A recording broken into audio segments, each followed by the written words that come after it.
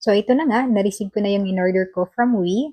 At sa mga hindi pa nakakaalam, Wee is an Asian grocery here in the US where you can order groceries online.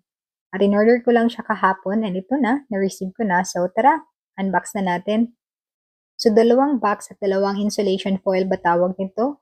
Not sure, but anyway, ito na yung na-receive ko and I'm like, ha? Taghana ba? Ano nga gamay ram na akong i-order? Kaya I only order yung need ko lang kasi nag-order din ako sa Amazon Fresh where I usually order groceries instead of going to the store. So, parang yung in-order ko sa Wii is those item na hindi ko nakita sa other store.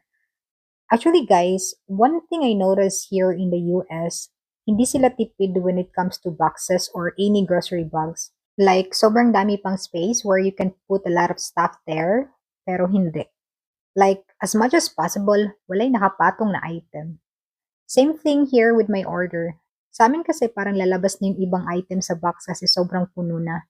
Tapos pinipilit pang ilagay lahat para hindi na gumamit na iba pang box or plastic. Mura bayag bago ang carton nga gamay na lang kulang mabusdik na. Pero hindi ko nila lahat guys ha. I'm just telling you the truth and based sa experience ko. And good thing naman siya kasi hindi mo na kailangan magbitbit ng sobrang daming plastic kasi nalagay na lahat sa isang box. And more space pa sa sasakyan.